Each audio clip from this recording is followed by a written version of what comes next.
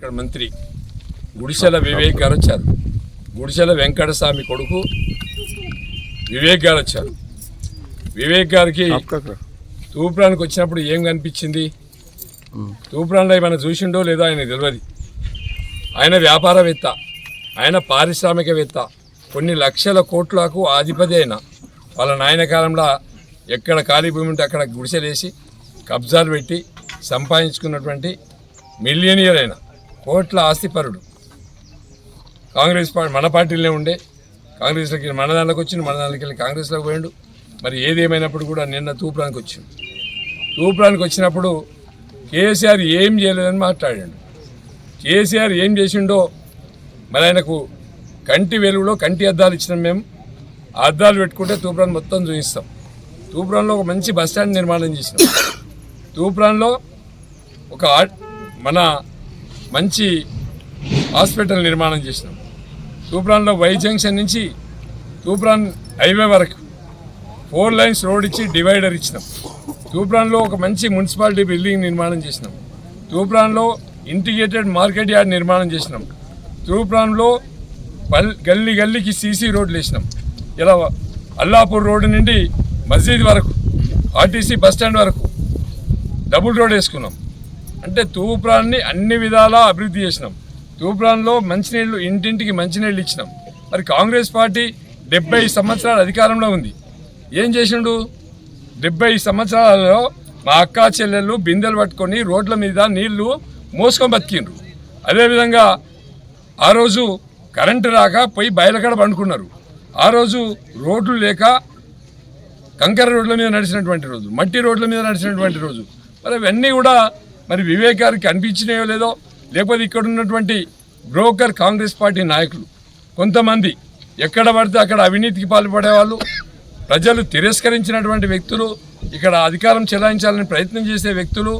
మొన్న మున్సిపాలిటీలో ఒక 6 మాసాలు వాళ్ళు పనిచేసి మున్సిపాలిటీలో ఉన్న బిల్డింగ్లన్నింటి కూడా దాదాపు 100% ట్యాక్స్ పెంచినటువంటి వ్యక్తులు. ఇవాళ మళ్ళీ ఆ 6 నెలలనే కొల్లగొట్టినటువంటి వ్యక్తులు ఇవాళ మళ్ళీ అధికారం ఉందని చెప్పి విర్రవేగుతున్నారు. చీరలు 2 సంవత్సరాల కింద చీరలు వంచాలి. ఇప్పటికీ 2 బతుకమ్మ పండుగలు అయిపోయినాయి వాళ్ళ అధికారంలోకి వచ్చి. మరి ప్రతి పండుగకి కేసీఆర్ గారు చీరలు ఇచ్చిండ్రు.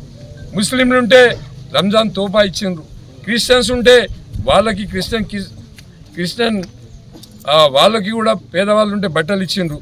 అంటే ఏ పండుగ జరిగినా కూడా హిందువులైనా, ముస్లింలైనా, క్రిస్టియన్స్ అయినా ఎవరైనా గౌరవించినటువంటి వ్యక్తి కేసీఆర్ గారు. ఇలా ఎలక్షన్లు రాగానే చీరలు పట్టుకొని వస్తారు కాంగ్రెస్ వాళ్ళు. ఎలక్షన్లు వచ్చినాయి, ఓట్ల కోసం చీరలు తెస్తుంది తప్ప ఓట్లు వేయించుకున్నాక ఎటుపోతారు? 200 రూపాయల పెన్షన్ని 2000 చేసినాం, 2000 పెన్షన్ని 4000 చేసినాం, రైతు బంధు ఇచ్చినాం, రైతు బీమా ఇచ్చినాం, కళ్యాణ లక్ష్మి ఇచ్చినాం. ఇట్లా అదేవిధంగా న్యూట్రిషన్ కిట్ ఇచ్చినాం, బొడ్లు వండితే కొనుగోలు చేసినాం. మరి తూప్రాన్ చెరువును బాగు చేసినాం. తూప్రాన్ రివర్ నిండా చైత్ర మాసంలో రివర్ నిండా నీళ్లు మత్తళ్ళు దుంకించినటువంటి పార్టీ కేసీఆర్ గారు. మరి దాన్ని వదిలిపెట్టి ఇలా అధికారంలోకి వచ్చినటువంటి కేసీఆర్ కాళేశ్వరం మీద ఓ బకెట్ మట్టి తీయలే, కృష్ణానది మీద ఓ బకెట్ మట్టి తీయలే, ఇరిగేషన్ ప్రాజెక్టులన్నింటి కూడా పండబెట్టిండు, ఎక్కడ కూడా నడవట్లేదు. అది కాకుండా ఇలా కేసీఆర్ కుటుంబం మీద మాట్లాడుతారు. నిన్న కేటీఆర్ మీద నోటీసులు, మొన్న హరీష్ రావు మీద నోటీసులు, మన కేసీఆర్ మీద కమిషన్. ఇదేంది? 2 సంవత్సరాలైనా వాళ్ళు ఇచ్చిన హామీలు ఎన్ని ఇచ్చారు? 420 హామీలు ఇచ్చారు.